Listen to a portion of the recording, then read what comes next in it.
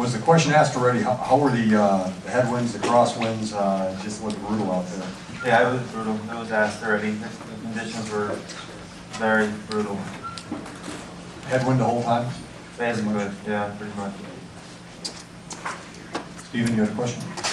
George, you've ridden some tough races during your career. You know, some tough ones. How would you compare today with some other days? You know, it's tough. The conditions were horrible, but we were just basically rolling through for a while until the last 15K. We went really hard.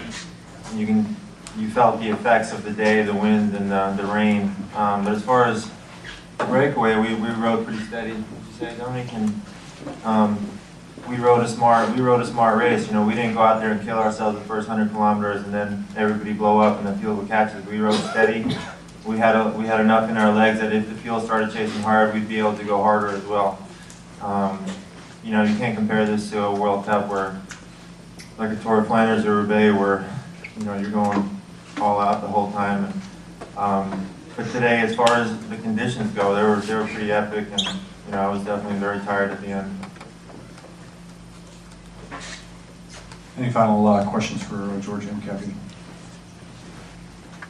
George, thanks for your time. Appreciate you coming by here. Turn our attention to Dominique Rollin, the hero of the day. Also, we have up here on the dais Kevin Livingston, our competition director. Currently, our race director, Jim Burrell, is becoming ill.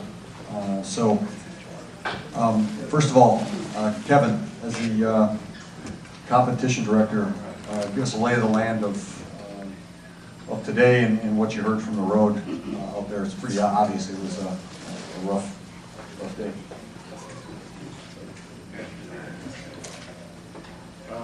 Press the button on the base. With my sound. Here we go. I'd say based on just the look of these guys' faces kind of tells the story of the day. They're both really swollen eyes and you can tell really cold out there. I think we could tell by the television just standing around the conditions. We'd like for better weather, of course. But these are tough guys. This is what they do for a living. They're professionals, and I think you saw at the start they all lined up with their clothing on and rolled out of the start. And you've raced in Europe for a number of years. Can you compare this to anything that you went through over there? Well, I can't really compare it to anything because I didn't ride today, but it looked pretty tough out there. And Dominique, when you broke away, could you tell us approximately how many kilometers you were from the finish line, to be exact? I attacked at 20K to go, and I just took a pull and a bit harder than the one before, and managed to get 3-4 meters. So from there, I just thought I could give it a try and see how the guys are reacting. And I could see no one following for the first K, so I just kept going and increasing my lead. And from there, I knew I could win it. Questions? Dominique, the race today. Now, a few weeks ago, you had mentioned that last year at the Tour of Missouri, you lost a lot of time became captain in the time trial, and you did remain in third place, which was a great ride. And then you've been training really hard all winter so that you couldn't pass him in the time trial again.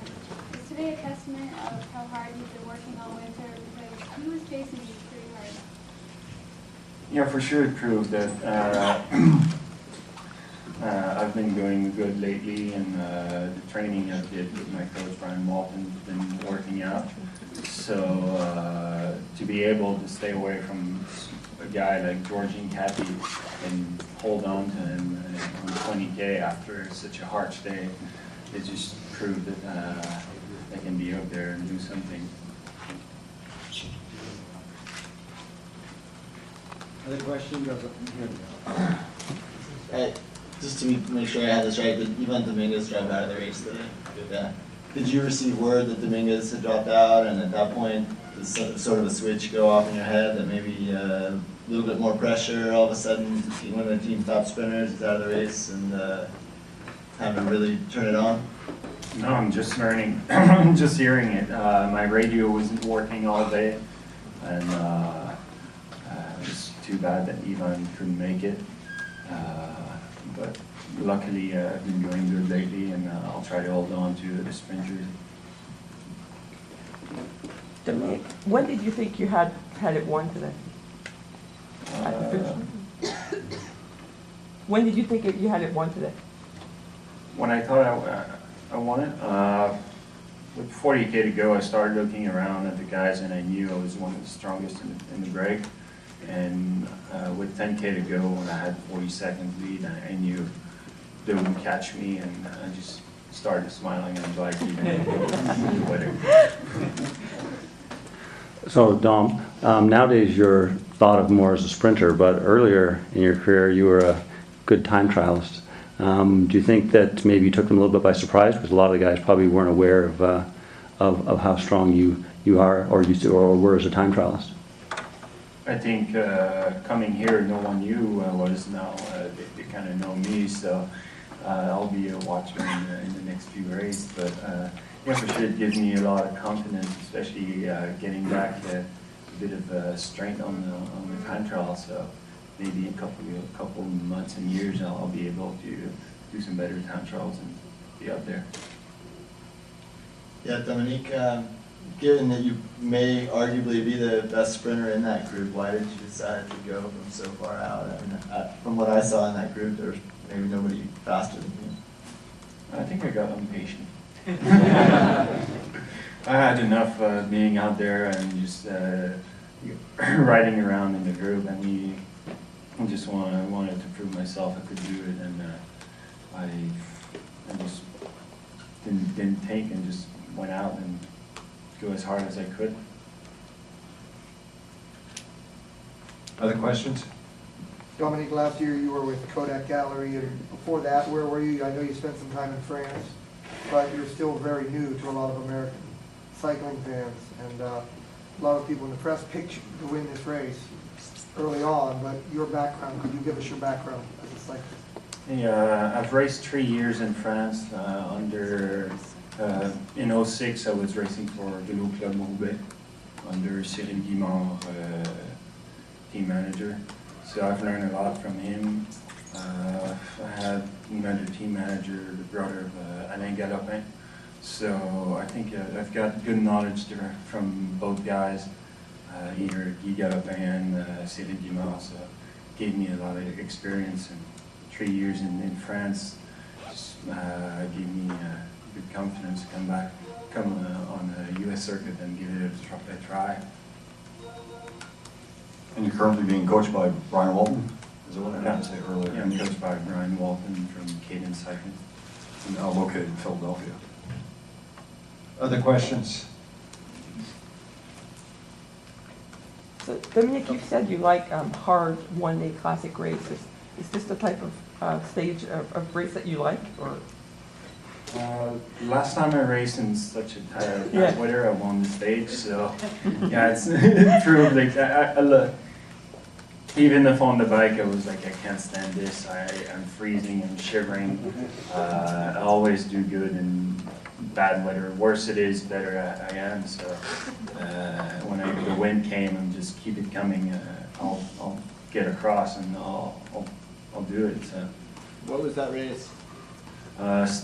It was stage 2 of Tour de Beauce in 2005. Guys were getting blown up the road by the wind. I think 70k an hour wind gust, something like that. So. Dominique, last year you were riding for Kodak Gallery. You really became, as the season went on, you were probably increasingly the best rider on that team, but it was falling apart. Tell me about your relationship. You go to Toyota, and who had the confidence in you to basically go from a team that was falling apart to a team that really was a more solid program?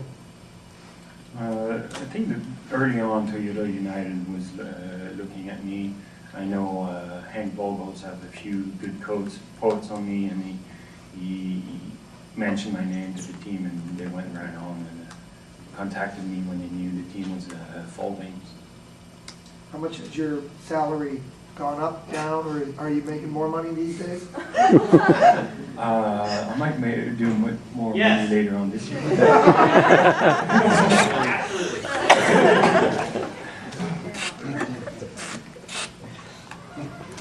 right, thank you, Don.